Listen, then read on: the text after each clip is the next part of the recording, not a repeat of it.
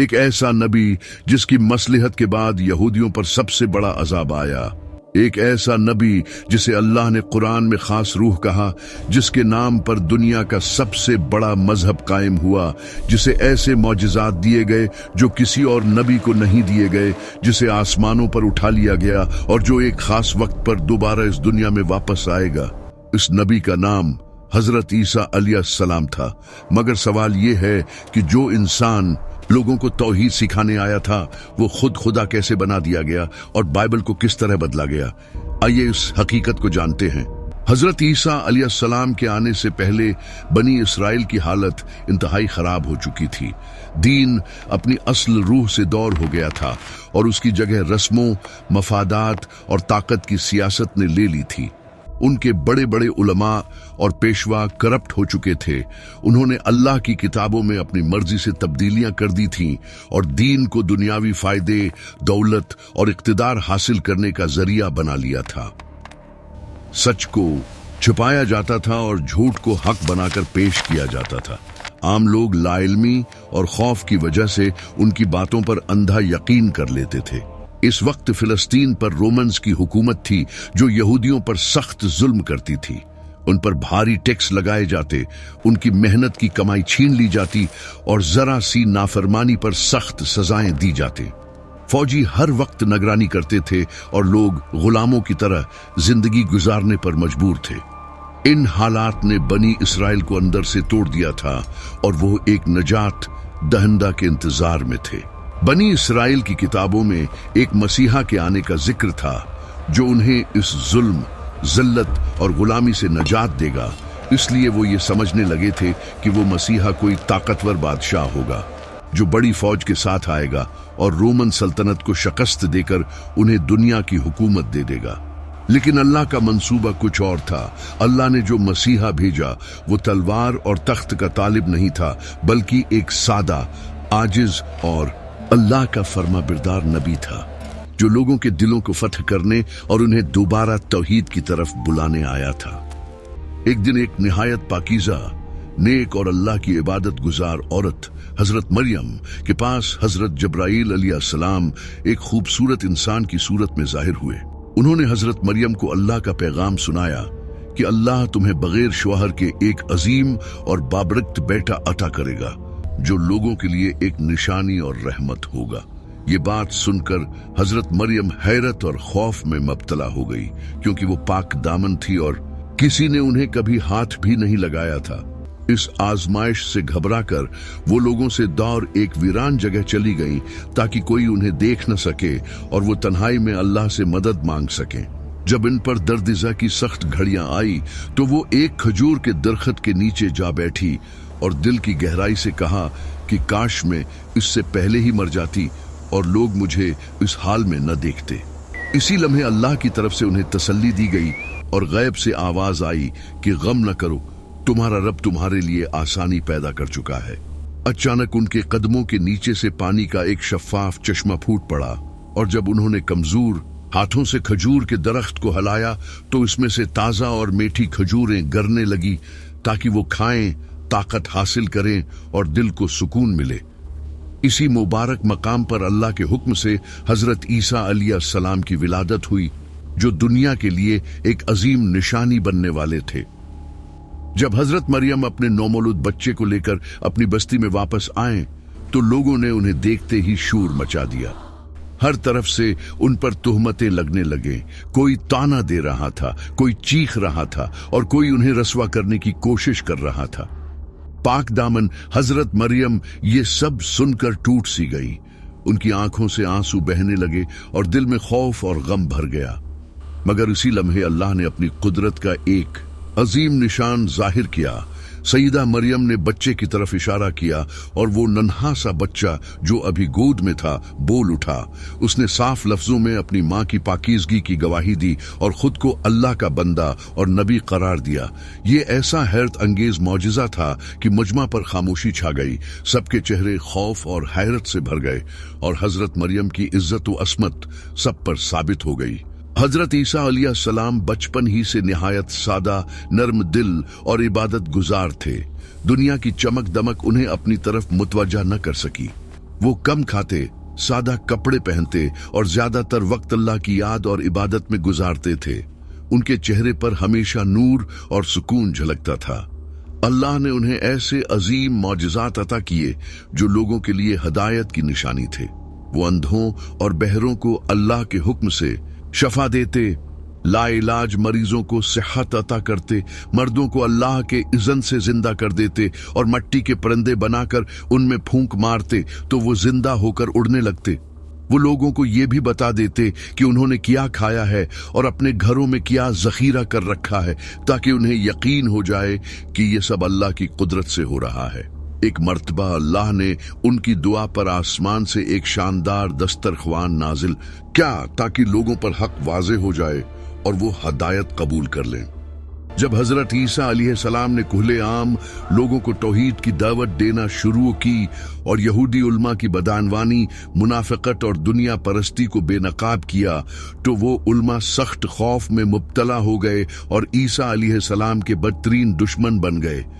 उन्हें ये एहसास हो गया था कि अगर आम लोग हजरत ईसा अलैहिस्सलाम की सच्चाई को पहचान कर उनकी पैरवी करने लगे तो उनकी झूठी इज्जत, मजहबी इक़्तिदार और वो सारी दौलत जो वो लोगों को धोखा देकर जमा कर रहे थे, सब खतरे में पड़ जाएगी। इसीलिए वो हजरत ईसा अलैहिस्सलाम को अपना सबसे बड़ा दुश्मन समझने लगे। दूसरी तरफ रोमन हुकूमत भी हालात को गौर से देख रही थी। जब उन्होंने देखा कि एक सादा लिबास, कमजोर नजर आने वाला इंसान हजारों लोगों के दिलों पर असर डाल रहा है और लोग उसकी बातों को मानने लगे हैं, तो वो भी खौफजदा हो गए। रोमन हुक्मरानों को ये अंदेशा था कि कहीं हजरत ईसा अलैहिस्सलाम की मकबूलियत उनकी हुकूमत के लिए बगावत का सबब न बन जाए, इसलिए उन्होंने भी उन्हें एक सियासी खतरा समझना शुरू कर दिया। इस तरह मजहबी इल्मा और सियासी ताकत दोनों हजरत ईसा अलैहिस्सलाम के खिलाफ एक ही सफ में खड़े हो गए। यहूदी उल्मा और सरदारों ने रोमन हुक्मरानों के साथ मिलकर हजरत ईसा अलैहिस्सलाम को कत्ल करने की एक खौफनाक साजिश तैयार की, क्योंकि वो देख रहे थे कि लोग तेजी से उनकी तरफ माइल हो रहे हैं और उनकी बातों को सच मानने लगे हैं। उन्हें डर था कि अगर ये सिलसिला जारी रहा तो उनकी ताकत, दौलत और झूठी मजहबी हैसियत सब खत्म हो जाएगी। इसी खौफ में उन्होंने एक मंसूबा बनाया और हजरत ईसा अलैहिस्सलाम के करीबी साथियों में से एक को लालच देकर खरीद लिया। इस शख्स ने चंद सिक्कों के बदले अपनी वफादारी बेच दी और रोमन सिपाहियों को इस बाग तक ले आया जहां हजरत ईसा अलैहिस्सलाम अपने साथियों के साथ मौजूद थे।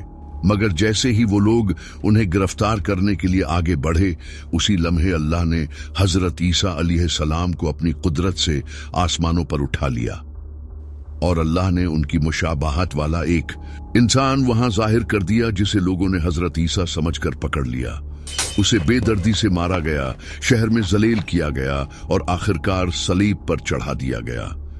इस तरह दुश्मन ये समझते रहे कि उन्होंने हजरत ईसा को खत्म कर दिया है, लेकिन हकीकत में अल्लाह ने अपने नबी को बचा लिया और उनकी साजिश को नाकाम बना दिया। हजरत ईसा अलैहिस्सलाम के आसमान पर उठाए जाने के बाद उनके पैरोकारों के दरमियान शदीद इख्तिलाफात पैदा हो गए। कुछ लोग इस बात पर यकीन रखते थे कि अल्लाह ने उन्हें जिंदा आसमानों पर उठा लिया है। कुछ का ख्याल था कि वो वफात पा चुके हैं, जबकि कुछ ये समझते थे कि वो एक दिन दोबारा वापस आएंगे। वक्त के साथ साथ ये इख्तिलाफात बढ़ते गए और हजरत ईसा अलैहिस्सलाम की असल तालीमात लोगों में जुबानी तौर पर फैलती रही। इस वक्त तक बाइबल किसी एक किताब की सूरत में मौजूद नहीं थी, बल्कि मुख्तलिफ इलाकों में मुख्तलिफ रवायात और कहानियां गर्दिश कर रही थी। कई साल बाद जब उन तहरीरों को यकजा किया गया तो इनमें इंसानी ख्यालात और नजरियात भी शामिल हो चुके थे, जिसकी वजह से असल पैगाम में तब्दीलियां आती चली गईं। इसी दौर में एक शख्स जिसका नाम सूल ऑफ टारसिस था, जो पहले हजरत ईसा अलैहिस्सलाम के मानने वालों का सख्त दुश्मन था और उन्हें कैद और तशद्दुद का निशाना बनाता था, अचानक दावा करने लगा कि उसने ख्वाब में हजरत ईसा अलैहिस्सलाम को देखा है।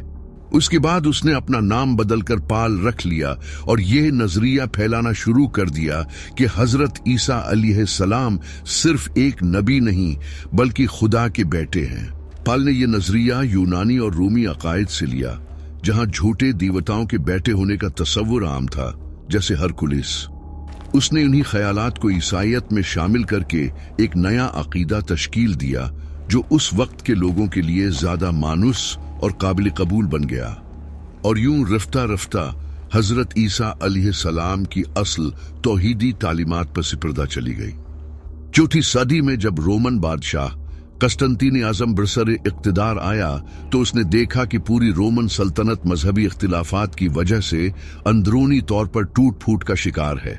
एक तरफ वो लोग थे जो हजरत ईसा अलैहिस्सलाम को अल्लाह का नबी मानते थे, और दूसरी तरफ वो लोग थे जो उन्हें खुदा का बेटा करार देते थे।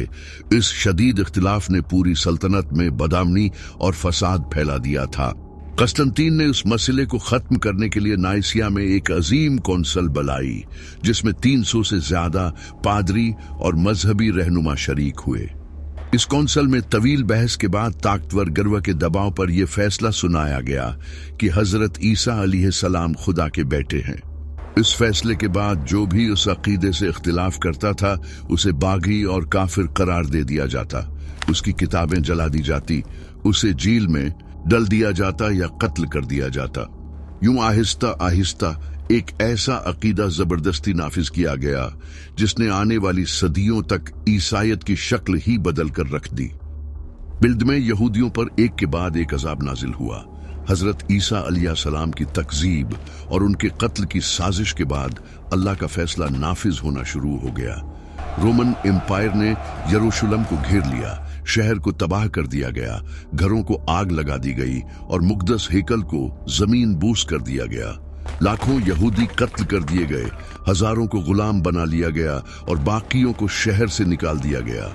यूं बनी इस्राएल अपनी ही सरजमीन से दरबदर हो गए और पूरी दुनिया में बिकार गए। आज भी यरूशलेम में मौजूद वेस्टर्न वाल, जिसे वो दीवारी गिरिया कहते हैं, उस तबाही, अबरत और इंजाम की खामोश गवाह बनी खड़ी है। क़ियामत के दिन जब तमाम इंसान अल्लाह के सामने हाजिर होंगे, इस दिन अल्लाह हजरत ईसा अलैहिस्सलाम से सवाल करेगा कि ए ईसा, क्या तुमने लोगों से कहा था कि तुम और तुम्हारी माँ अल्लाह के सवा माबूद हो? तो हजरत ईसा अलैहिस्सलाम निहायत आजिजी और खौफ के साथ अर्ज करेंगे, ए मेरे रब, तो पाक है, मैंने कभी ऐसा नहीं कहा जो कहने का मुझे हक ही न था। अगर मैंने कहा होता तो जरूर जानता। मैंने तो सिर्फ वही बात कही जो तूने मुझे हुक्म दी थी कि अल्लाह की इबादत करो, जो मेरा भी रब है और तुम्हारा भी। जब तक मैं उनके दरमियान था, मैं उन पर गवाह था, लेकिन जब तूने मुझे अपनी तरफ उठा लिया, तो फिर तो ही उन पर गवाह है और हर चीज पर पूरी कुदरत रखता है। फिर अल्लाह फरमाएगा कि आज हक सच के साथ जाहिर हो जाएगा और हर शख्स अपने किए का अंजाम देखेगा। यही है हजरत ईसा अलैहिस्सलाम की असल और सच्ची कहानी, एक अजीम नबी की दास्तान, जिसे अल्लाह ने इज्जत बख्शी, जिसे मौजज़ात अता किए, जिसे लोगों ने गलत समझा, और जिसके बारे में क़यामत के दिन भी अल्लाह खुद सच को सबके सामने बयान करेगा।